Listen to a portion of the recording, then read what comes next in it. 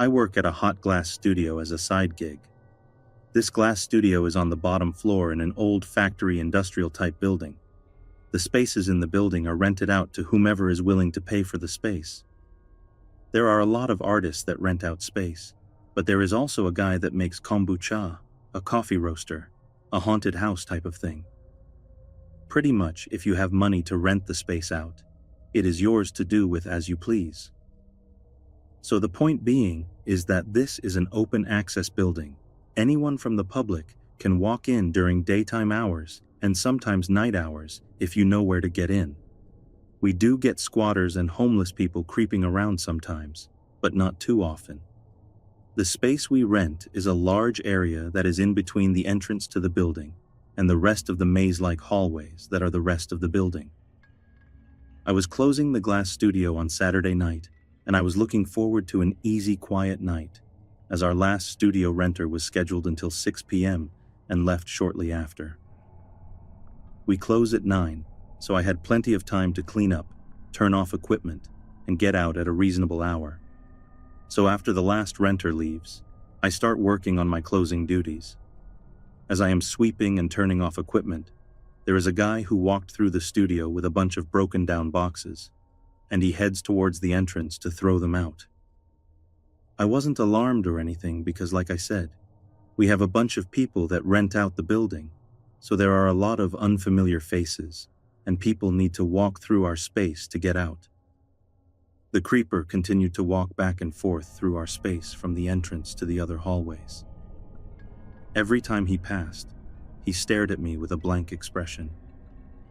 I walked past him a few times and smiled, as I assumed he was just someone working in another part of the building, but the smile was not returned, and he just stared back blank-faced and intensely. So after about the 6th or 7th time the creeper passed by me, staring intensely, I start to become very aware that I am all alone in this giant building, and this guy is starting to make me very uncomfortable. I am a short and small female, so chances are if someone wanted to overpower me, they probably could very easily. I had to pee, so I went to the bathroom. It's a unisex bathroom. I'm done, I leave the bathroom, and the creep is waiting outside of the bathroom, staring. I'm thinking to myself how very weird that is, so I text my boyfriend that this guy is starting to creep me out. The creep goes into the bathroom after I leave. I went back to the studio and continue to clean. This guy comes out of the bathroom, passes me, and stares at me intensely, and walks past and goes into our tech room and stands in there and is looking around. This room is off limits to everyone except for staff at the glass studio. So because this guy is already making me nervous, I grab a butter knife and put it in my pocket, and I go into the room to confront him. I told him he's not allowed in there. It's for staff only. He says he works here, and I don't recognize him, but I only work 1 day a week at this studio, so there is a chance there may be a staff member I haven't met yet. I asked him for his name, and he tells me, but when he talks he is really quiet and seems very flustered and nervous. I go back to the front desk and look him up on our staff list, and surprise, he's not on the list. I explained that he might work elsewhere in the building, but that room is for the glass studio staff only, so he's not allowed in there. I get a blank stare for about 30 seconds. I asked him if there was anything I could help him with, and he said no, and then continues to stand there and stare intently for about 30 more seconds until I decide to go into the back office and call the studio technician. In hindsight, this is when I should have called the cops. I explained to him the situation, and he tells me he is calling my manager to see what to do. So I get off the phone and come back to the front desk, and I am temporarily relieved to see that the creeper is gone, until he walks by again about 30 seconds later and stares at me. I immediately called my manager, explained the situation. He decides to call the cops and tells me to close up shop and leave ASAP. I call my boyfriend to come and meet me at the studio since he was only about 20 minutes away. The manager calls me back and I beg him to stay on the phone with me until my BF shows up because I'm alone, and if this guy tries to do anything to me, I want to make sure that someone knows. During this whole time, this creeper is continually walking back and forth through the studio, past the front desk, and staring at me intently. He probably passed me about 30 times while I was waiting for my boyfriend. My boyfriend finally shows up, so I get off the phone with my manager, hastily close up shop with my boyfriend following me. Creeper continues to pace up and down the studio staring. I leave the studio and go home, as per instructions from my manager. I don't know if the cops ever showed up, but they sure did take their sweet time.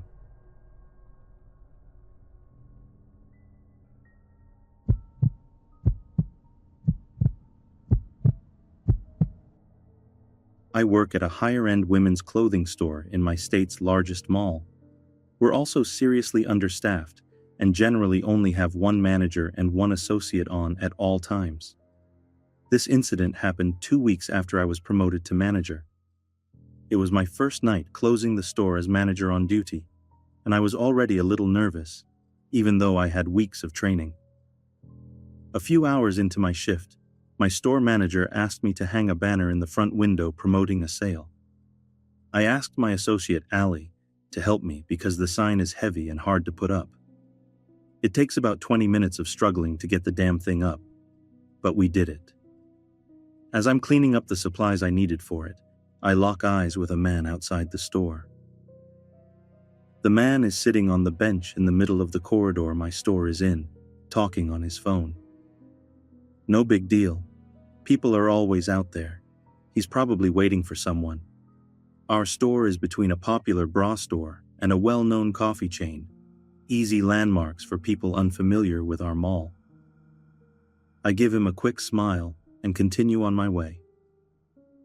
An hour later, Allie comes up to me and tells me the same man was still sitting on the bench outside on his phone. That raises a bit of a red flag to me. The mod is always supposed to be near the front of the store, but being so understaffed, managers are often running back and forth from the front to the back where the registers are. I happened to be helping ring someone out when she told me this. In the last few months, we've had a few people grab piles of clothes off the tables at the front of the store and run out. So I casually walk to the front to fold some sweaters and keep an eye on this man. That's when things took a turn for the strange. As I get close to the door, I hear the man say to his phone, "I'm sure I can get one, but I might be able to get two. Whispers one's coming now, bye." My mind is still thinking this guy is going to grab and run once I have my back turned. Instead, he jumps up, walks just outside the doors, and gives me the biggest, sweetest smile. "Excuse me, miss? Come here for a second. I want to show you something. Come out here with me, just for a minute." I'm now getting super creepy vibes from this guy. I'm sorry, sir. I'm the manager on duty and can't leave the store at all." And I back up a few feet. "Oh, shoot.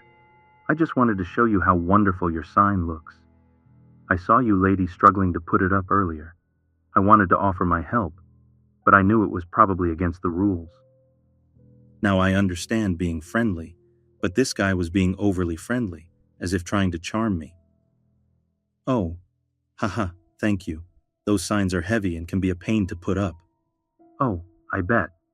And he walks into the store. I give him a weak smile and back up towards the middle of the store to straighten things up, while also keeping an eye on him. I look for my coworker, and she's now disappeared into the back room. So much for power in numbers.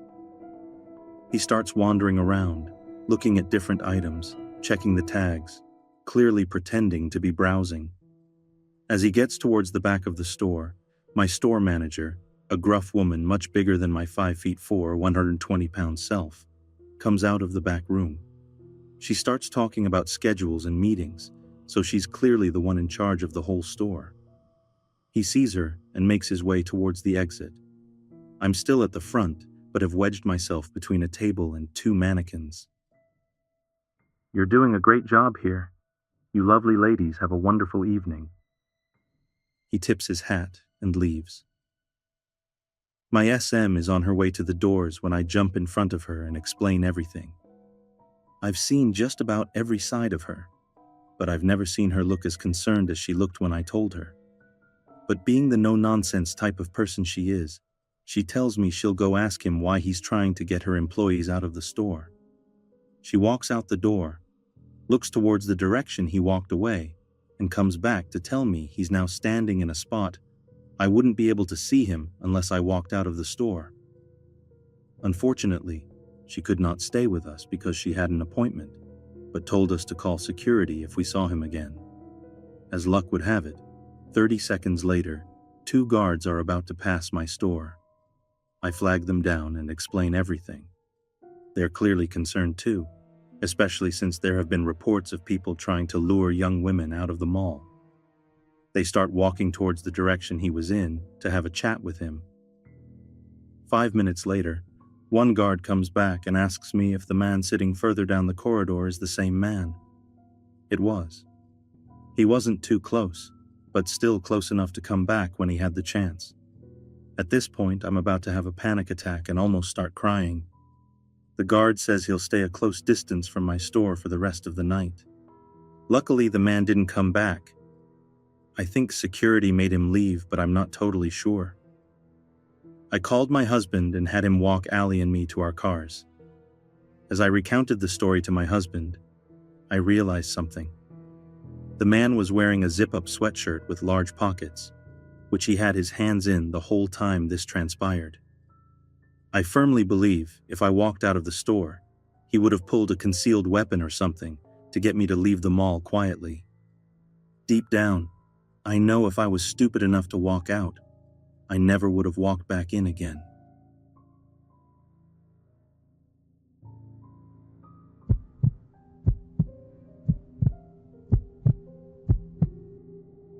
A little over a year ago, I had a job working overnight at a gas station close to my house. I'm a woman and was 31 at the time. I know, to some it seems unsafe for a woman to work graveyard shift by herself. However, it was a slow store and the sheriff's office was about 20 feet across from it. I really didn't think I would have that many problems. There would be about 30 customers in an 8-hour shift, and that was on a busier night. It was about 3:30 in the morning. I went outside to sweep the parking lot and last minute checked the trash. It was time for a cigarette, and I had one headphone in kinda jamming out. Across the road in the parking lot of the sheriff's office, I saw a figure with his back to me. He was swaying back and forth while looking down. Honestly, it looked like he was enjoying a much-needed piss. Against the sheriff's office, though? Yeah. The building closed at 4 p.m. and didn't open again till 6 the next morning. But why? By the back of his ripped white shirt, I remembered that he had come in about 4 hours earlier. He was a total creep, and I could already tell he had a good buzz going. I didn't say anything. I just took my eyes off of him and tried not to draw attention to myself. It was working until a car pulled in. I was still outside as they pulled up. I saw him look at the car and then at me and back and forth again. As the customer was leaving, I walked her outside. I still had half a smoke burning and had left my dustpan outside with the squeegee.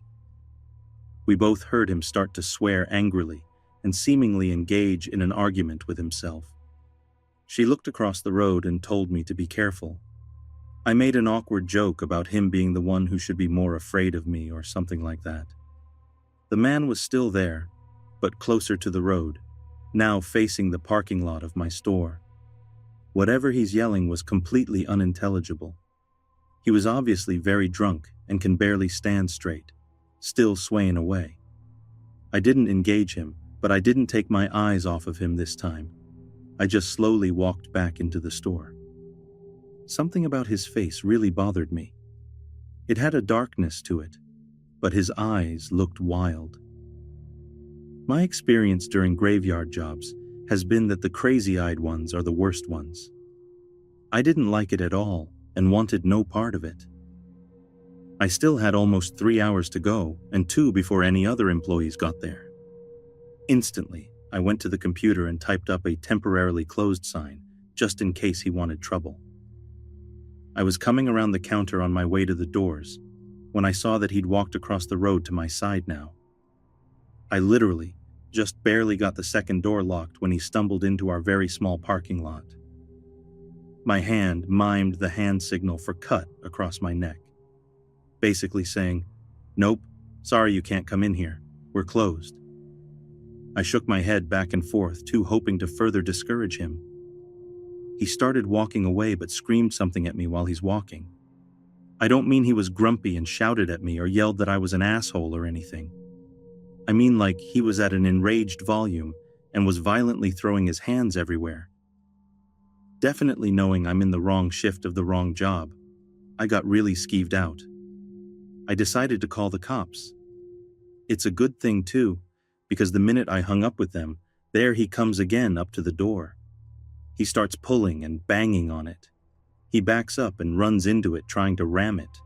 Not that it would have done any good. I made the mistake of telling him that I had called the cops and his ass was about to be grass. I say I made the mistake of telling him because once I said that, he took off. The police never found him. They drove around the road and surrounding neighborhoods for over an hour, but found no one. He was on foot, so I don't get where he could have gone to. He didn't harm me, and with them not finding him, I didn't fill out a police report or anything. I was safe behind thick glass doors that were locked for the rest of my shift. It just sucked. Maybe if I didn't warn him ahead of time, I wouldn't have had to spend the last 3 months of my job constantly looking over my shoulder. I'll never know what the right choice was. I'm just glad I don't work there anymore.